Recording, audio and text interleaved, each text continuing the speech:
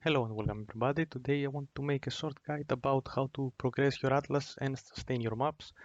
I've seen quite a lot of people having issues with the map sustain especially. In my previous video in the build guide I mentioned I would talk about this in the endgame section. I ended up never talking about it.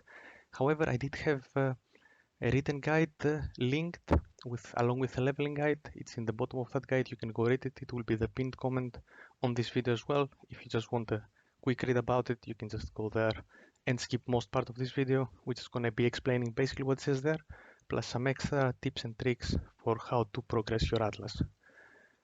So basically the main idea we have here is to, in case you've played PoE1 and especially Ruthless, the name of the game is Map Sustain. We will be taking throughout our journey all of the map sustain nodes possible, and everything else will basically be some extra quality of life, adding some extra rewards and challenging to our maps later on. So basically, we will be starting by completing our first quest, which unlock the first 2 atlas points. To do this, whenever you reach the maps, you're gonna have a quest saying complete 10 tier 1 maps. If you run out of sustain early on, you don't really have to worry about this. This NPC right here, Doriani, will sell you basically infinite amount of this. You don't have to worry about this at all. You're just gonna get as many as you want. Now, the first 2 points, whenever you complete this quest, you're gonna allocate them here, just to get chance for higher maps. Now, whenever you reach the tier 2 maps portion of the quest, is gonna be right here for you. For me, it doesn't exist because I've already completed my atlas a few days now.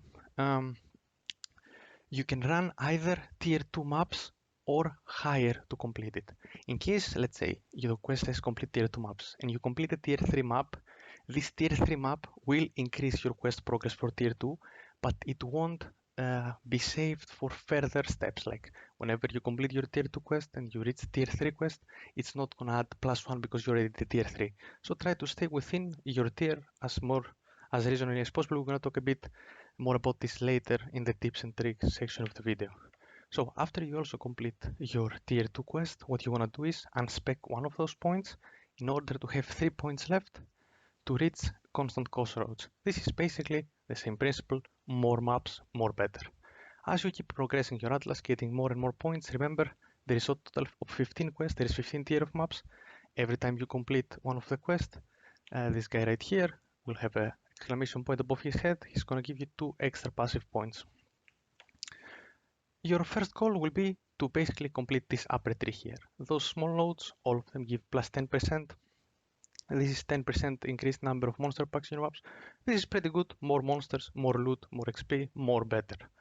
And this one gives you precursor tablets. We're going to talk about this more a bit later when we talk about towers. This is very good to have as well, and both of those are travel nodes anyways to get on those nodes right here. Now, after this point, you're going to be a bit higher on maps. What you're going to be start doing is getting rarer map drops, so you save some currency rolling them. This is basically why we take Fortunate Path next. This is basically going to make the maps you drop be rarer in quality. So instead of dropping white like this, they have a higher chance for either dropping blue or yellow. That's basically it. Then on, we're going to move here to the high road. Again, same principle, more chance to get maps of a higher tier. And after this point, I opted to move for a stable energies. Basically, this of course makes half of the time the maps more difficult because it's gonna increase the effect of suffixes. Now let's talk about a bit how maps are rolled. So maps can have a total of 3 prefixes, so this can have 1 more, and 3 suffixes. This could also have 1 more. The prefixes are always beneficial to the player in PoE2. They have no negative modifiers. The suffixes, however, are always negatives. Now, how negative it's gonna be, it's gonna depend on your build. This one right here has 37% as extra chaos. This is extremely rippy. I wouldn't recommend running this. This is insane, especially if this gets this boost as well. It's gonna be even worse. Now, this doesn't really matter. The first one is gonna give you extra stuff for you, and while the suffixes are negative, what they do is the suffixes are the only thing that increases this one right here, the waystone drop chance. So the more suffixes you have, naturally you're going to be getting more waystones, but the map is going to be harder, and also you're going to be getting even more if unstable energies rolls in the way of suffixes and you get 25% more effect of them, which as a result will increase also this part right here. Now, after unstable energies, you really have, in my opinion, two options. Either instantly take this one, increased quantity, increased rarity in your maps, really good in general, not only for map sustain.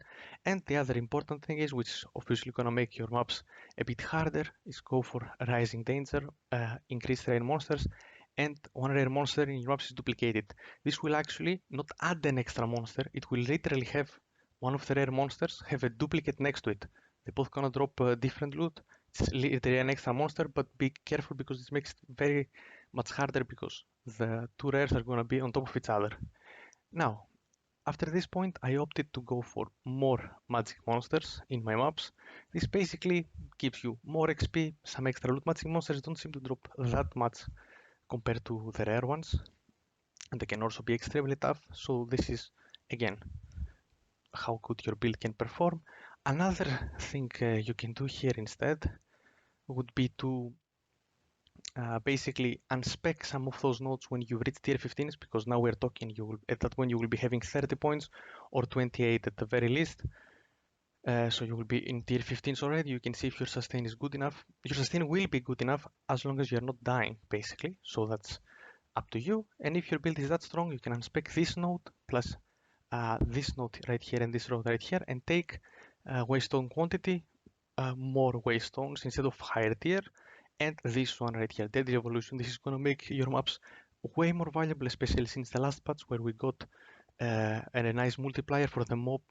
More modifiers a mob has, the better loot it drops. However, keep in mind this is going to make your maps way harder. Give it a go in case it doesn't go your way. I would give this a go after you have a good sustain. Let's say you have 5 or 6 tier 15 maps you can burn through. Try a couple, see how it goes, experiment and find out. So that's basically the gist of the Atlas tree. There is not much more to talk about. Rest of the nodes, for as long as you're concerned about progressing your Atlas, all of these nodes, same as in Ruthless, are based. 10% chance to contain an essence does nothing for you. Most likely the essence is gonna kill you, especially if you're new to the game and early on your build is not too strong. This is not gonna help you progress your maps whatsoever. Same for most of the other ones. Unfortunately, they are not good for early game and your map progression. Avoid them in my opinion, but as always, try whatever you want here. This is, let's say, a skeleton of a tree. You can follow whatever path you want in the end of the day. So, let's talk a bit about the general atlas here. So basically, whenever you get your quest, whether it says complete tier 1s, tier 2s, and so on, map rarity does not matter. Whether you do, of course, the correct tier, the quest will be asking you, whether the map is white, whether it's blue, whether it's yellow, it doesn't matter. As long as you complete the objective, it will still grant you the quest. It's not like in PoE 1 for those coming from there, where after a certain point, from tier 6 to tier 10, you need to complete the maps as rare, and tier 11 to 16, you need to complete them as corrupted. In Ruthless, you just need the rare part. Anyways, it doesn't really matter. Here, you can just complete them like that. A very big tip I would give you is, let's say, if you open something like this one will contain a ritual. All league mechanics, that would be ritual, expedition, delirium, breach, essences which can be contained in maps, are very rippy. They're gonna kill you very, very easily. What I suggest is might be a bit tedious because you need to backtrack is first complete your map objective, clear your map, get that bonus you're looking for, then if you feel like it, go back, try to do the mechanic. The mechanics are very rewarding, but also very, very hard. Specifically, Ritual is kind of hard because it does a lot of chaos damage. Expedition, the mobs are very, very tanky, and the AoE effects they have, first of all, they can be very bad for visual clarity, and they really one-shot you. Delirium is the one I personally found the easiest, let's say, out of them all. It adds some strong monsters, but that's about it. Didn't really seem overtuned for me. Breach, basically, if it doesn't kill your character through sheer number of monsters, it might kill your GPU. This thing spawns like 100 monsters. You need a strong PC to run this one. It's kind of insane, and essences, much like in PoE1, can be very, very tanky, very, very deadly. In lower tier maps, they should be fine for you. If you can kill a rare mob, you can most likely kill the essence as well in the lower tier of maps. Now these are the boss nodes, and this is something I want to talk about because it's a very important part of your progression. So boss nodes are some of the most rewarding ones you can run. Basically, it's gonna be, you're gonna know there is a boss in the map because of this icon right here. And this map, what you want to do is whenever you run it, try to make sure the rarity of the map is the highest possible that you can run. You really don't want to break this one, so don't go over the top. Try stuff, see what works for you. Different maps can have different bosses as well, so this really depends. The bosses are gonna reward you like basically 50%, 60% of whatever the whole map would give you instead, and they reward a lot of maps and a lot of higher tiers than the one you put in maps. So for these ones, I would recommend to always try to run the highest rarity possible, even if that means downgrading a bit from the current maps you're running. Let's say you're at the point you're running tier 11s, but you find them too hard with a boss when they are rare. Downgrade to a tier 8. Go like this, run a rare. You're still probably gonna get tier 11s, 12s. They drop a lot of maps. They're gonna help with your sustain. It's way better to run a lower map and kill it rather than try to run something that is very much not on your level and die. So basically, that's a very important part of our progression. Here you can see there is some more icons. These ones appear because of the towers. So in the towers, we're just gonna be running them. Personally, I run them with whatever tier map I have available, even tier 1s, it doesn't really matter.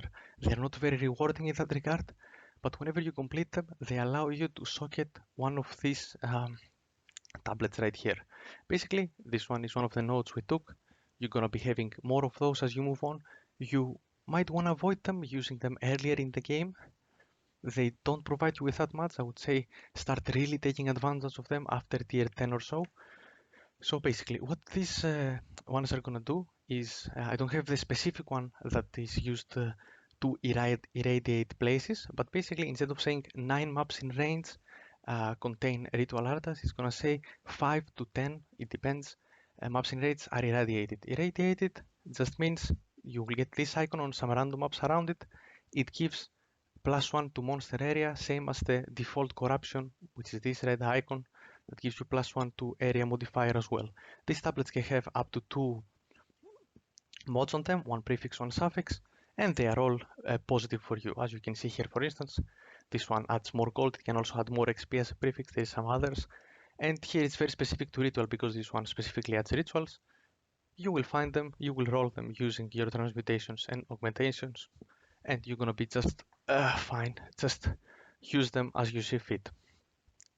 Now, about a tip about running the tower itself, no matter the tier you choose to do the tower in, a very important tip I have for you is to, instead of using, depending on your build, obviously you're going to be using different charms. I opted for a chaos one because chaos damage is ridiculous in this game at the moment. What you want to be using for sure is a thawing charm.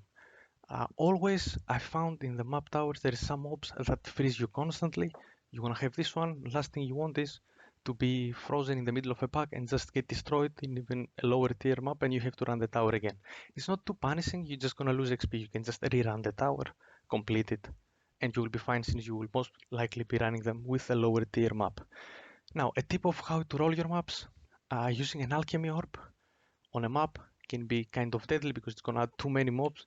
As you can see here, we got 3 suffixes. We had no control over this. To do it slowly because we just went in, this would be perhaps a very hard map for you to run.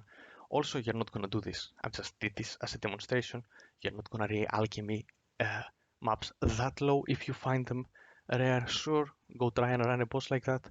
Else, at the lower tiers, I would say up to at least 8 or 10, you're just gonna be running your boss nodes even with lower maps, or just leave them where they are, go around them so you can run them later with higher tier maps. Now, to have a bit more control, what we will usually be doing is using transmutation, then augmentation, see what we got. Okay, this looks fine for our build. We can just regal it, get some more juice. I never go for exalts after this point. By the way, I'm just showcasing this at tier 1 maps. You will, as I said, do this on higher tier maps only, not on tier 1s. Tier 1s, you just want to run them blue at best. Even white is fine. One last thing I think I can add here is that if you go to your reforging bench, you can add 3 maps of the same tier, doesn't matter the rarity.